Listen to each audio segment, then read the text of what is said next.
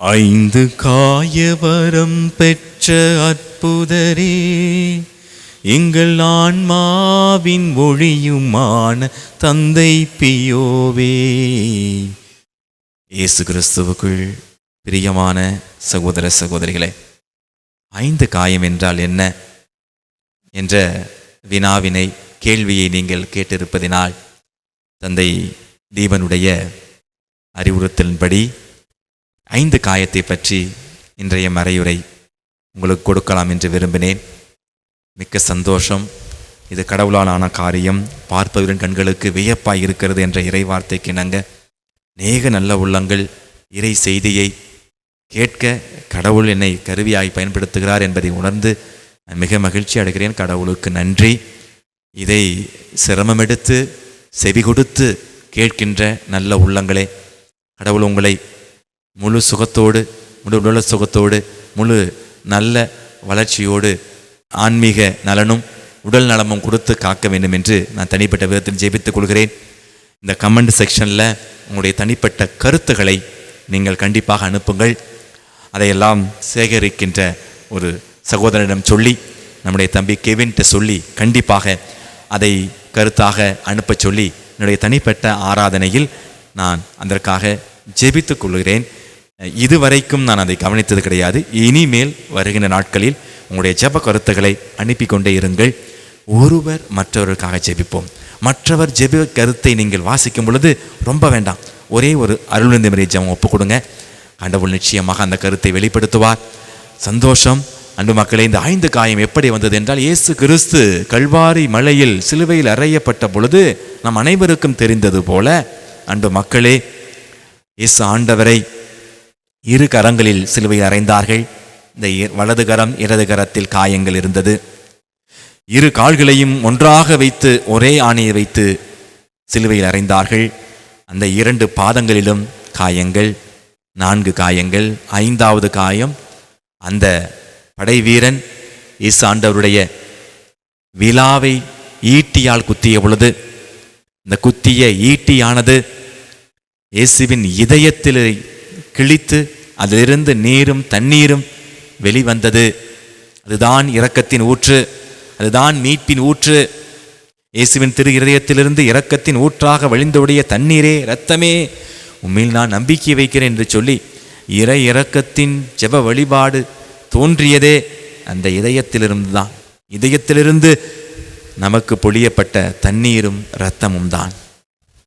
எனவே இந்த 5 காயம், இயேசு ஆண்டவர் மனமுவந்து தன்னை முழுவதுமாய் நேசித்து தனது பாடுகளில் பங்கேற்பதற்கு விருப்பமாயிருந்த புனிதர்களுக்கு ஒரு சிலருக்கு தான் அதை ஆண்டவர் கொடையாக கொடுத்திருக்கிறார்.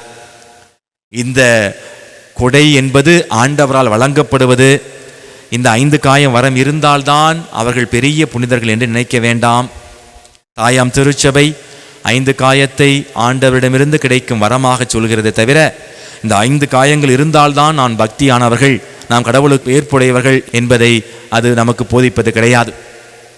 ஆனால் இன்றைய தினம் இயேசு ஆண்டவர் இயேசு கிறிஸ்துவால் மிகவும் ஆசீர்வதிக்கப்பட்ட இயேசு கிறிஸ்துவை தன்னுடைய வாழ்வில் தத்துருவமாக கடைபிடிக்க முயற்சி எடுத்து மறு கிறிஸ்து என்று அழைக்கப்பட்ட புனித பிரான்சிஸ் அசிசியாருக்கு தான் முதலில் கிபி 1224ஆம் ஆண்டு அல்வேர்னோ என்ற மலையில் சிலுவையை நோக்கி ஜெபித்து கொண்டிருந்த பொழுது சிலுவை வடிவில் அறையப்பட்ட சம்மனசு, இயேசு ஆண்டவரே அவருக்கு காட்சியாக ஒரு சம்மனசை போல காட்சியளித்து அந்த 5 காயங்களிலிருந்தும் 5 ஒளி கதிர்கள் அண்ணல் அசிசியாருடைய உடலை தாக்கி அந்த உடலில் பதிந்து உடலில் நுழைந்து 5 காயங்கள் அவருக்கு கிடைத்ததாக சரித்திரம் சொல்கிறது.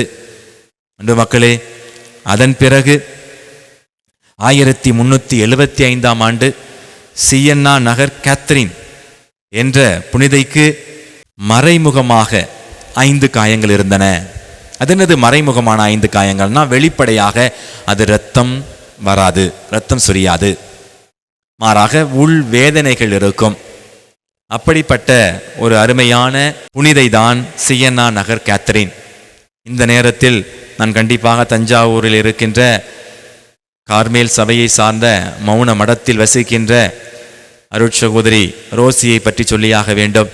அந்த அருட்சகோதரியோடு நான் ஆன்மீக உரையாடல் நடத்தி என்னை ஆன்மீக வழியில் வாழ்வதற்கு நிறைய அறிவுரைகளை கொடுத்தவர்கள்.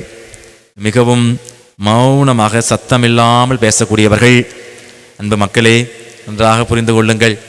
அந்த அருட்சகோதரிக்கு 5 காயம் இருந்ததாக நம்ம அனைவருக்குமே தெரியும். அதற்கான ஆவணங்கள் நம்மிடம் இருக்கின்றன.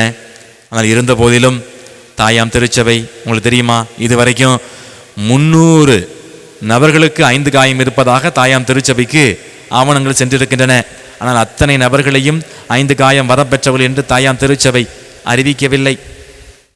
தகுந்த ஆராய்ச்சி செய்து பரிசோதித்து அதன் பிறகுதான் அது ஆண்டவருடைய கொடை என்பதை இந்த அகில உலக திருச்சபைக்கு பிரகடனம் செய்வார்கள்.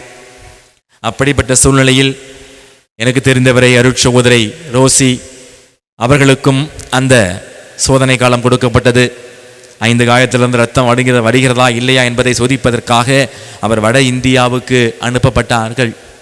வட இந்தியாவுக்கு அழைக்கப்பட்டு 2 வருடங்கள் அவர்கள் கண்காணிப்பில் இருந்த பொழுது அவருக்கு இரத்தம் வேதனை, வெளியே அந்த காயங்களிலிருந்து இரத்தங்கள் வடியவில்லை என்பதற்காக மீண்டும் தஞ்சாவூர் மௌன மடத்திற்கு அனுப்பி வைத்தார்கள். இப்பொழுது தஞ்சாவூர் மௌன மடத்தில் இருக்கிறார்கள். நான் உண்மையிலேயே அவர்களை முதலில் பார்க்க பொழுது 5 காயம் இருக்கிறது என்ற ஆர்வத்தோடு சென்றேனே தவிர, அதன் பிறகு நான் பார்க்கும் பொழுது அந்த காயங்கள் மறைந்து அந்த வடு மாத்திரம் இருந்தது. சிவப்பு நிறத்தில் சிலுவை அடையாளம் இருந்தது. அது எப்படியாக இருந்தாலும் எனக்கு தந்தை அக்டேவியஸ் அழகாக சொல்வார்கள், அந்த அருட்சகோதரிடம் 5 காயம் இருப்பதற்காக நான் அந்த அருட்சகோதரிடம் செல்லவில்லை. ஆண்டவர் இருக்கிறார், இறை ஆற்றல் அந்த சகோதரியிடம் வல்லமையாக செயல்படுகிறது என்பதற்காகத்தான் அந்த அருட்சகோதரி நான் செல்கிறேன் என்று சொல்வார்.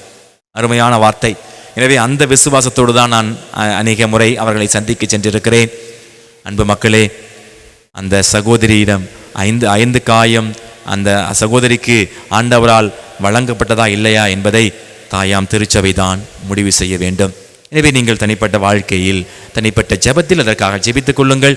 அவருக்கு 5 காயம் இருப்பது உண்மையாக தாயாம் திருச்சபையால் ஏற்றுக்கொள்ளப்பட்டால் மகிமை, நன்றி. ஏனென்றால் அந்த அற்புதமான அருட்சகோதரியை சந்தித்து ஆன்மீக அறிவுரை பெற்ற ஒரு பாக்கியம் பெற்ற குருவானவராக நான் இருக்கிறேன்.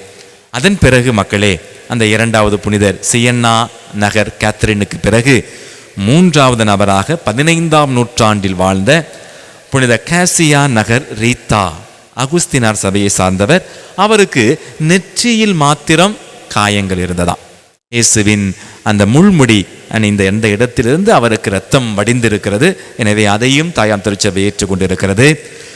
3வது புனிதையாக நாம் பார்க்க போனால் இத்தாலி நாட்டை சார்ந்த புவர் கிளாஸ் என்று சொல்வார்கள், ஏழை அருட்சகோதரிகள், பிரான்சிஸ்கன் சபையை சார்ந்தவர்கள். அவர்களும் மௌன மடத்திலிருந்து 24 மணி நேரமும் ஆராதனை செய்யக்கூடியவர்கள். அப்பேற்பட்ட சபையில் வாழ்ந்த வெரோனிகா ஜூலியானி என்ற ஒரு அருட்சகோதரிக்கு 1697ஆம் ஆண்டு நெற்றியில் காயங்களும் மற்ற இடங்களில் காயங்களும் இருந்தது. அதை அங்கிருந்த ஆயர் அவர்கள் உறுதி செய்தார்கள். அதை பரிசோதித்த பிறகு ஏற்றுக்கொள்ளப்பட்டது. 1727ஆம் ஆண்டு அவர்கள் இறந்து போனார்கள். இறக்கும் வரை 30 ஆண்டுகளாக அந்த காயங்கள் இருந்ததாக சரித்திரம் சொல்கிறது. 5வது நபராக 20ஆம் நூற்றாண்டில் வாழ்ந்த புனித கெம்மா கால்கானி என்பவருக்கு 5 காய வரங்கள் இருந்திருக்கின்றன. 6வது நபர் என் மனதை கவர்ந்தவர், இப்பொழுதில் இருக்கின்ற இந்த 21ஆம் நூற்றாண்டில் அனைவருக்கும் பிடித்த நபர், 5 காயம் பெறப்பெற்ற தந்தை பியோ 1918ஆம் ஆண்டு விவரிக்க முடியாத வகையில் அவருக்கு நோய்வாய்ப்பட்டு, அன்பு மக்களே, அவருடைய தாழ்ச்சிக்கு அளவே இல்லைங்க. இந்த 5 காயம் வரம் பெற்ற பிறகும் அவர் அதை பிறரிடமிருந்து மறைத்திருக்கிறார்.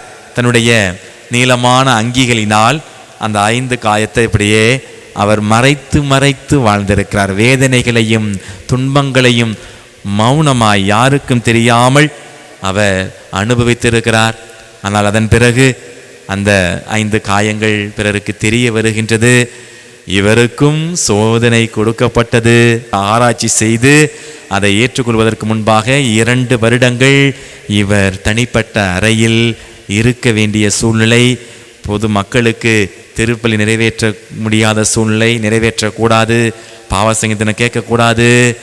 அப்பேற்பட்ட ஒரு சூழ்நிலையிலும் கூட அடைப்பட்ட அறையிலிருந்து ஆண்டவரை துதித்து ஜெபித்து தாழ்ச்சியோடு அந்த தண்டனையை ஏற்றுக்கொண்டார். திருத்தந்தையின் வழிநடத்ததின் மூலம் அந்த சோதனை கொடுக்கப்பட்டது. அதனை கடந்து வந்த பிறகு அவருடைய அற்புதமான அந்த 5 காயங்களிலிருந்து நறுமணங்கள் வருவதை உணர்ந்திருக்கிறார்கள். 50 வருடங்கள் இந்த 5 காயத்தை அவர் சுமந்திருக்கிறார். 5 காயங்களை சுமந்து, அன்பு மக்கள், இன்னைக்கு ஆச்சரியப்படுவீங்க. அந்த 5 காயத்தை சுற்றி இருந்த துணி, அவர் போட்டிருந்த அந்த க்ளவுஸு, அந்த க்ளவுஸில் ஒரே ஒரு துகளில் திருப்பீடமாக இருக்குது. அந்த ரெலிக்கை அந்த க்ளவுஸ்லேருந்து ஒரு க்ளவுஸை எடுத்து அதில் வந்து ஜெபமாலையில் பதிச்சு, கோயமுத்தூரில் பார்த்தீங்கன்னா சகோதரி ரோசி அவருங்க, இவங்க அருட்சகோதரி ரோசி தஞ்சாவூர், இவங்க கோயமுத்தூரில் இருக்கிற அந்த அக்கா சகோதரி ரோசி அநேக கோயில்களுக்கு சென்று ஜெபமாலைகள், எத்தனை ஜெபமாலைகள், ஜெபமாலை கண்காட்சியை வைத்து ஜெபமாலை பக்தியை இந்த அகில உலகமெங்கும் பறைசாற்றி கொண்டு இருக்கிற அற்புதமான அந்த சகோதரி ஒரு முறை எனக்கு காட்டினது எனக்கு ரொம்ப சந்தோஷமாக இருந்துச்சு. தந்தை பியோவுடைய அந்த க்ளவுஸ்லேருந்து ஒரு துகள் எடுத்து அந்த ஜெபமாலையில் வச்சு அந்த ஜெபமாலையை பயன்படுத்துகிறாங்க. அன்பு மக்களே, அற்புதமான புனிதர். அவர் இறக்கும் பொழுது அந்த 5 காயம் மறைந்து விட்டதாம். பேர்பட்ட பாக்கியம் பாருங்க. அற்புதமான புனிதர். பிரான்சிஸ்கன் கப்புச்சின் சபைக்கு கிடைத்த மிகப்பெரிய பொக்கிஷம். பதுவை அந்தோனியார் பிரான்சிஸ்கன் சபையில் எங்களுக்கு கிடைத்த பொக்கிஷம் என்றால், நான் சார்ந்த இந்த அகில உலகம் எங்கும் இன்னைக்கு இந்த அளவுக்கு நான் சிறந்து இருப்பதற்கு காரணமாய் என்னை பெற்றெடுத்த பெற்றோருக்கு பிறகு என்னை ஆன்மீகத்தில் வளர்த்தெடுத்த இந்த பிரான்சிஸ்கன் கப்புச்சின் சபைக்கு நான் எப்பொழுதும் நன்றி கடன் பட்டவன். எனது குடும்பம், எனது சொந்தம் அந்த அற்புதமான பிரான்சிஸ்கன் கப்புச்சியன் சபையில் இப்பேற்பட்ட ஒரு புனிதர் இருக்கிறார் என்பதை உணர்ந்த பிறகு, தெரிந்த பிறகு நான் ஆச்சரியத்தில் ஆழ்ந்து போனேன். ஆண்டவருக்கு நன்றி சொன்னேன். பதுவை அந்தோனியாருடைய அற்புதமான சபையில் நான் இருந்ததாகத்தான் சபையில் நுழைந்தேன். அந்தோனியார் சபை அப்படிங்கிற பேரில் நுழைஞ்சேன். நான் அதன் பிறகு தெரிய வந்துச்சு, 5 காய வரம் பெற்ற அற்புத புனிதர் தந்தை பியோவும் இந்த கப்புச்சன் சபை தான் அப்படின்னு தெரிஞ்சவனையும் ஒரு சந்தோஷம், ஒரு மகிழ்ச்சி. கடவுளுக்கு மகிமை. இது எந்த அளவுக்கும் தற்பெருமைக்கு வழிநடத்தக்கூடாது. அன்பு மக்களே, ஒரு உணர்ச்சிக்காக சொன்னேன். கண்டிப்பாக அன்பு மக்களே, பதுவை அந்தோனியாரும் சரி, தந்தை பியோவும் பிரான்ஸ் அசிசியாரும் எனக்கு என தனிப்பட்ட வாழ்க்கையில் மும்மூர்த்திகள் என்று சொல்வேன். ஆன்மீக வாழ்க்கைக்கு 3 முக்காணிகளாக இருக்கின்றார்கள். நிச்சயமாக அன்பு மக்களே, இந்த 6 புனிதர்கள் மிகவும் பிரபலமான புனிதர்களாக இருக்கிறார்கள்.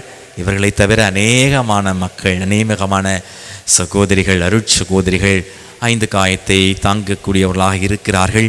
அவர்கள் அனைவருமே நம்முடைய தாயார் திருச்சபையில் இன்னும் அங்கீகரிக்கப்படவில்லை என்பதை உணர்ந்து 5 காயம் வரம் பெற்ற அத்தனை புனிதர்கள் வழியாக புனித பிரான்சிஸ் அசிசியாரே எங்களுக்காக வேண்டிக் கொள்ளும் என்று ஜெபிப்போம். புனித சியன்னா நகர் கேத்ரினே எங்களுக்காக வேண்டிக் கொள்ளும். புனித காசியா நகர் ரீத்தாவே எங்களுக்காக வேண்டிக் கொள்ளும். புனித ஜூலியானாவே எங்களுக்காக வேண்டிக் கொள்ளும். புனித கெம்மா கால்கானியே எங்களுக்காக வேண்டிக் கொள்ளும். இறுதியாக 5 காய வரம் பெற்ற முதல் குருவானவரான புனித தந்தை பியோவே எங்களுக்காக வேண்டிக் கொள்ளும். இயேசுவுக்கே புகழ், இயேசுவுக்கே நன்றி. மரியே வாழ்க, இயேசுவின் இரத்தம் ஜெயம்.